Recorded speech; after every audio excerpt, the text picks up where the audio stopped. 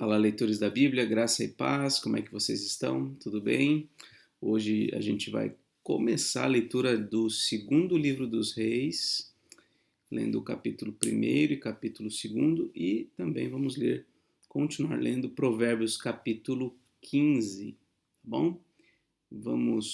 Antes da gente orar, deixa eu mostrar apenas aqui o esboço do livro de Segundo Reis. Veja aqui, ó, a primeira parte, nós temos aqui a continuação da história que a gente viu no primeiro livro dos Reis, continuação da história de Elias, Eliseu e assim por diante, até chegar no capítulo 17, quando vai acontecer a queda de Samaria, que é a queda do Reino do Norte.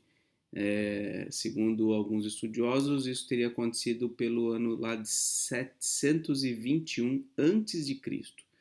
Então esse livro começa mais ou menos em 850 a.C.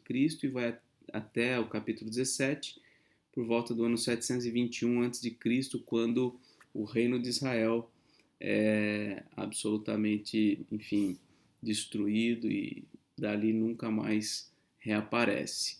E aí o capítulo 18 segue então a partir dessa data, por volta do ano 721, até o final com a queda de Jerusalém.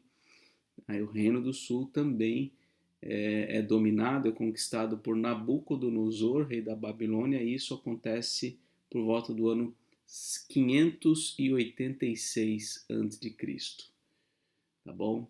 Então esse é mais ou menos aí o cronograma que a gente segue nesse livro, do 1 ao 17, ainda com a existência do Reino do Norte. Aí vem a queda do Reino do Norte, continua só o Reino do Sul, até que também, por sua vez, devido aos seus pecados, o Senhor permite a conquista e a destruição de Jerusalém. Dito isto, vamos orar. Senhor nosso Deus e Pai, abençoa-nos nessa hora que vamos ler Tua Palavra. Pedimos em nome de Jesus. Amém. Muito bem. Depois da morte de Acabe, o rei dos Moabitas se revoltou contra Israel, e o rei Acasias caiu pelas grades de um quarto do andar superior em Samaria e ficou ferido. Então enviou mensageiros e lhes disse: Vão consultar Baal-zebub, deus de Ecrom, para saber se vou sarar dessa doença. Mas o anjo do Senhor disse a Elias, o tesbita: Levante-se e vá encontrar-se com os mensageiros do rei de Samaria e pergunte-lhes: Será que não há Deus em Israel para que vocês estejam indo consultar Baal-zebub, deus de Ecrom? Por isso assim diz o Senhor: Da cama em que está deitado você não sairá mais, você certamente morrerá. Então Elias foi embora. Os mensageiros voltaram para o rei e este lhes perguntou: O que houve? Por que voltaram? E eles responderam: Um homem veio ao nosso encontro e nos disse que deveríamos voltar para o rei que nos havia mandado e dizer o seguinte: Assim diz o Senhor: Será que não há Deus em Israel para que você esteja mandando consultar Baal-zebub, deus de Ecrom? Portanto, da cama em que você está deitado você não sairá, você certamente morrerá. Então o rei perguntou: Qual era a aparência do homem que veio ao encontro de vocês e falou tais palavras? Eles responderam: Era um homem vestido de pelos, com um cinto de couro na cintura. Então o rei disse: É Elias, o tesbita. Então o rei enviou um capitão de 50 com seus 50 soldados em busca de Elias. O capitão subiu ao monte em cujo topo Elias estava sentado e lhe disse: Homem de Deus, o rei está ordenando que você desça daí. Mas Elias respondeu ao capitão de 50: Se sou homem de Deus, que desça fogo do céu e consuma você e os seus 50 soldados. Então, olha só, desceu fogo do céu e consumiu o capitão e os seus 50 soldados. O rei enviou outro capitão de 50 com os seus 50 soldados. Ele subiu ao monte e disse a Elias: Homem de Deus, o rei está ordenando que você desça daí imediatamente. Elias respondeu: Se eu sou homem de Deus, que desça fogo do céu e consuma você e os seus 50 soldados. Então o fogo do céu desceu, o fogo de Deus desceu do céu e consumiu o capitão e os seus 50 soldados. O rei enviou um terceiro capitão de 50 com seus 50 soldados. Este terceiro capitão de 50 subiu o monte, pôs-se de joelhos diante de Elias e lhe suplicou: Homem de Deus, peço por favor que a minha vida e a vida destes seus servos, os 50 soldados, seja preciosa aos seus olhos. Porque desceu fogo do céu e consumiu aqueles dois primeiros capitães de 50 com os seus 50 soldados. Agora, porém, que a minha vida seja preciosa aos seus olhos. Então o anjo do Senhor disse a Elias: Desça com este, não tenha medo. Ele se levantou, desceu com ele e se apresentou ao rei. Elias disse ao rei: Assim diz o Senhor: Por que você enviou mensageiros para consultar Baal-zebub, deus de Ecrom? É porque não há Deus em Israel cuja palavra se possa consultar?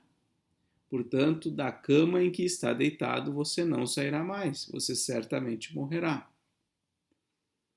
Ou seja, ele repetiu exatamente a mesma mensagem que havia mandado pelos homens. Né? E assim Acasias morreu, segundo a palavra do Senhor anunciada por Elias. E Jorão, irmão de Acasias, começou a reinar em seu lugar. No segundo ano do reinado de Jeorão, filho do rei Josafá, rei de Judá, isto porque Acasias não tinha filhos. Deixa eu só ler novamente aqui. Jorão, irmão de Acasias, começou a reinar em seu lugar no segundo ano do reinado de Jeorão, filho de Josafá. Tá. Isso porque Acasias não tinha filhos. Então ele não tinha filhos, começou a reinar no lugar dele o irmão dele, o Jorão. Quanto aos demais atos de Acasias e o que fez, não está tudo escrito no livro da história dos reis de Israel? Pois bem, agora vamos ao capítulo 2. Quando o Senhor estava para tomar Elias ao céu, num redemoinho, Elias saiu de Gilgal em companhia de Eliseu. E Elias disse a Eliseu: Fique aqui, porque o Senhor me enviou a Betel. Mas Eliseu disse: Tão certo como vive o Senhor e como você vive, não o deixarei ir sozinho. E assim foram até Betel. Os discípulos dos profetas que estavam em Betel saíram ao encontro de Eliseu e lhe perguntaram: Você sabia que hoje o Senhor levará o seu mestre, elevando-o por sobre a sua cabeça? Ele respondeu: Sim, também eu já sei, mas não digam nada. Então Elias disse a Eliseu: Fique aqui, porque o Senhor me enviou a Jericó. Mas Eliseu disse: Tão certo como vive o Senhor e como você vive, não deixarei ir sozinho. E assim foram a Jericó. E então os discípulos dos profetas que estavam em Jericó se aproximaram de Eliseu e lhe perguntaram: Você sabia que hoje o Senhor levará o seu mestre, levando-o por sobre a sua cabeça? E ele respondeu: Sim, eu também eu já sei, mas não digam nada. Mais uma vez Elias disse a Eliseu: Fique aqui, porque o Senhor me enviou ao Jordão. Mas Eliseu disse: Tão certo como vive o Senhor e como você vive, não o deixarei ir sozinho. E assim os dois foram. 50 homens dos discípulos dos profetas foram e ficaram a certa distância, quando ambos pararam junto ao Jordão. Então Elias pegou seu manto, enrolou e bateu com ele nas águas, as quais se dividiram para os dois lados, e ambos passaram em seco. Elias então vai ser levado ao céu. Quando eles tinham passado o Jordão, Elias disse a Eliseu: Diga o que você quer que eu faça por você antes que eu seja levado embora. Eliseu disse: Quero receber por herança porção dobrada do seu espírito. Elias respondeu: Você fez um pedido difícil, Mas se você me vir quando eu for levado embora, será como você pede. Porém, se você não me vir, não será assim. Enquanto iam caminhando e falando, eis que um carro de fogo, com cavalos de fogo, os separou um do outro, e Elias subiu ao céu num redemoinho. E ao ver isso, Eliseu gritou: meu pai, carros de Israel e seus cavaleiros. E nunca mais ele viu Elias. E pegando a sua própria roupa, rasgou-a em duas partes. Então levantou o manto de Elias, que havia caído, e voltou para a margem do Jordão. Pegou o manto de Elias, que havia caído, bateu com ele nas águas e disse: Onde está o Senhor, Deus de Elias? Quando ele bateu nas águas, elas se dividiram para os dois lados e Eliseu passou. Os discípulos dos profetas que estavam defronte em Jericó viram isso e disseram: O espírito de Elias repousa sobre Eliseu. Foram ao encontro de Eliseu e se prostraram diante dele em terra. E disseram a Eliseu: Eis que entre os seus servos há 50 homens valentes. Deixe-os ir em procura do seu mestre. Pode ser que o Espírito do Senhor o tenha levado e lançado em algum dos montes ou em algum dos vales. Porém ele respondeu: Não mandem ninguém. Mas eles insistiram com ele, até que, constrangido, lhes disse: Podem enviar os homens. E enviaram 50 homens, que o procuraram durante 3 dias, porém não o acharam. Então voltaram para junto de Eliseu, que tinha ficado em Jericó. E ele lhes disse: Eu não disse que vocês não deveriam ir? Os homens da cidade disseram a Eliseu: Eis que esta cidade é bem situada, como o Senhor pode ver, porém a água não é boa e a terra é estéril. E ele disse: Tragam-me um prato novo e ponham nele sal. E eles trouxeram. Então Eliseu foi até a fonte e jogou o sal na água e disse: Assim diz o Senhor: Tornei saudável esta água. Ela não será mais causa de morte nem de esterilidade. E aquela água ficou saudável até o dia de hoje, segundo a palavra que Eliseu tinha dito. Bom, um breve comentário até aqui. Nós vemos então a partida de Elias. Elias é arrebatado num carro de fogo, né? Elias foi alguém realmente muito usado por Deus, uma figura especial, uma figura diferenciada mesmo, né? Eu pretendia pregar sobre a transfiguração no último domingo, ontem, né? Eu estou gravando na segunda-feira, embora o vídeo vai na terça-feira, né, para o YouTube. Eu pretendia pregar no texto de Lucas 9:28, acabei pregando num outro texto, mas é onde Jesus está no monte com alguns dos seus discípulos e aparece ali Moisés e Elias. E Elias, então, é uma figura muito importante do Antigo Testamento, um homem cheio do Espírito Santo, um homem diferenciado que Deus, enfim, capacitou de uma maneira extraordinária, né? E ele havia ungido Eliseu como seu sucessor. E quando ele está prestes a ir, todo mundo fica sabendo de alguma forma. A gente não sabe exatamente como, mas todo mundo fica sabendo, os profetas ficam sabendo.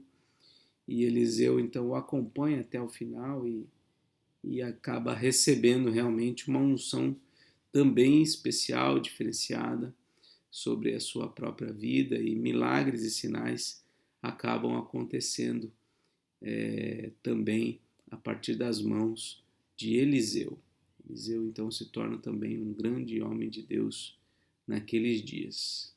Tá? E esse é um dos feitos marcantes, né? As águas de Jericó voltam a ser ali, se tornam saudáveis, né? Potáveis, por conta aí dessa realização. Muito bem, aí o finalzinho do capítulo 2. Então Eliseu partiu dali para ir a Betel.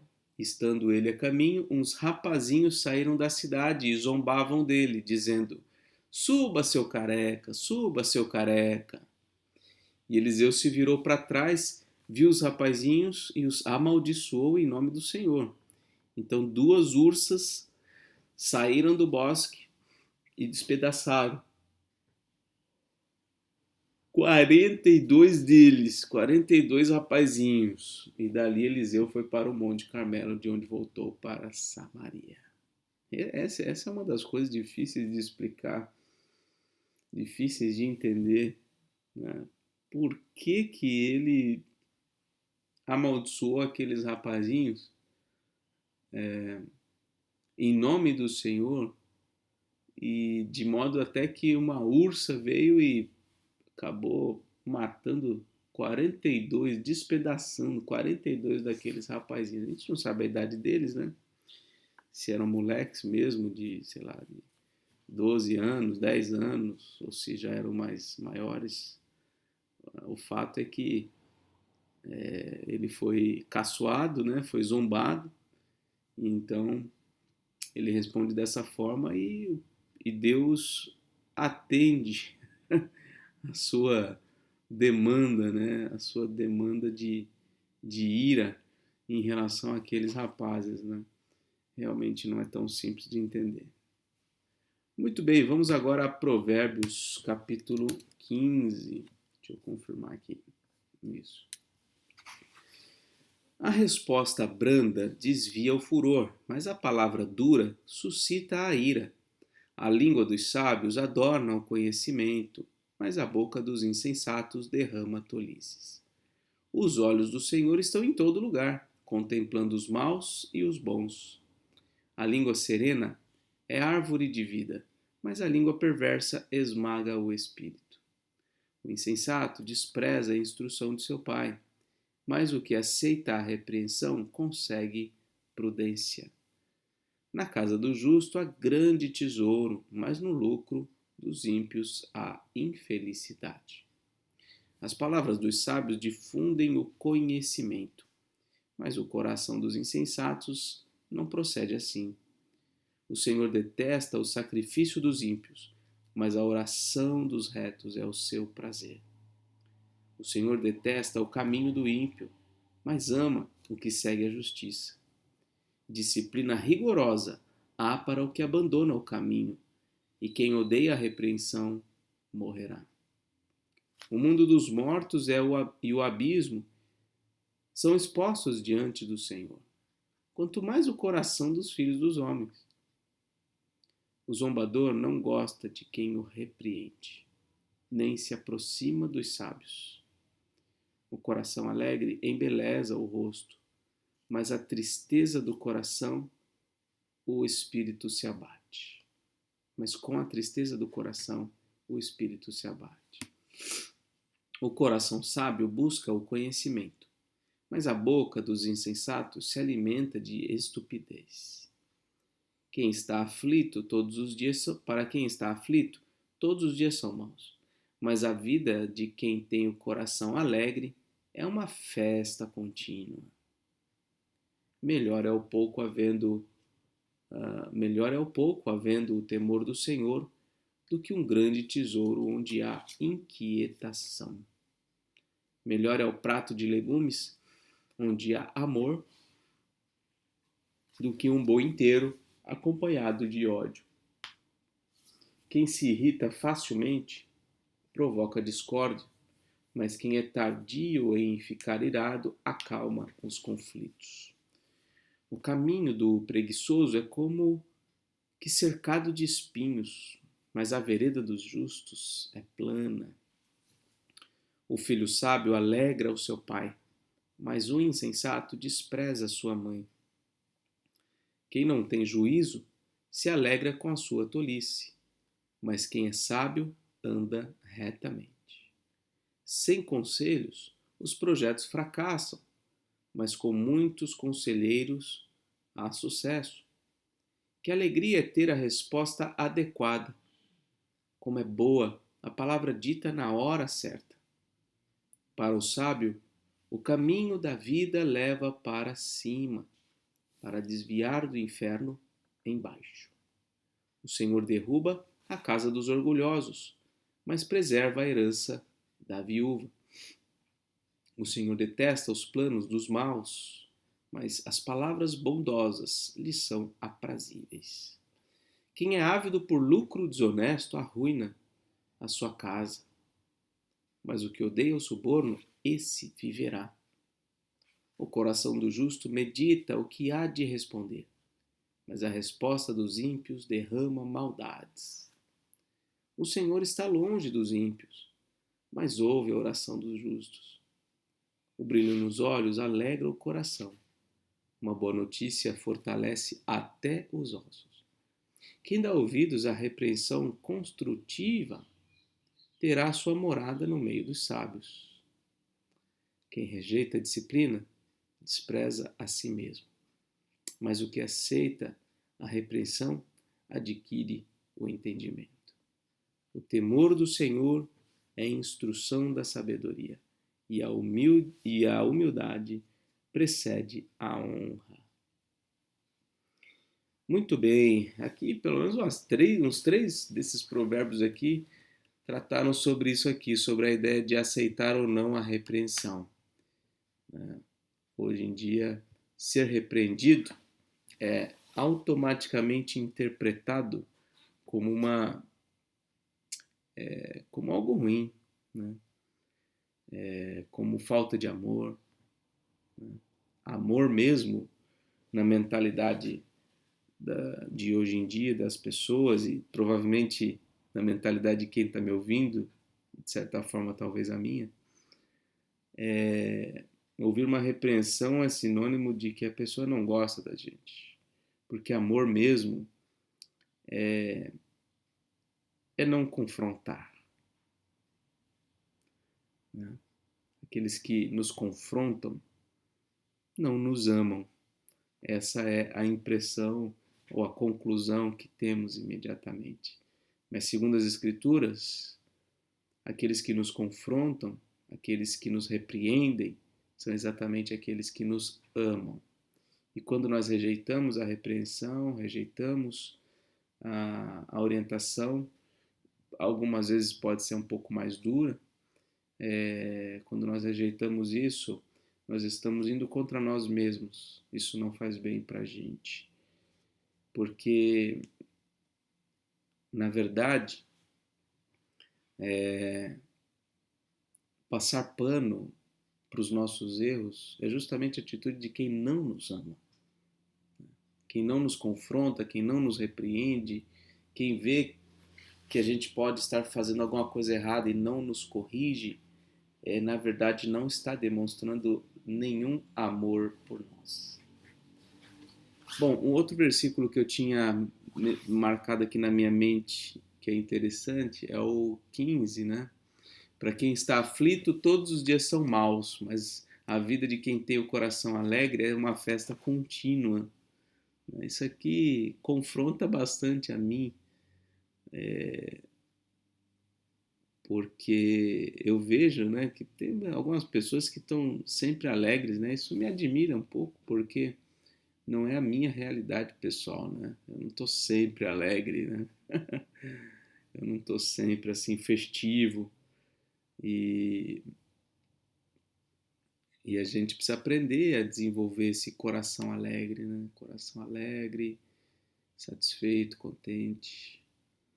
Então, que Deus nos ajude a ter um coração alegre, seja qual for a circunstância do nosso coração. Que Deus nos ajude nisso. Um forte abraço, viu? Que Deus te abençoe e até mais, se Deus quiser.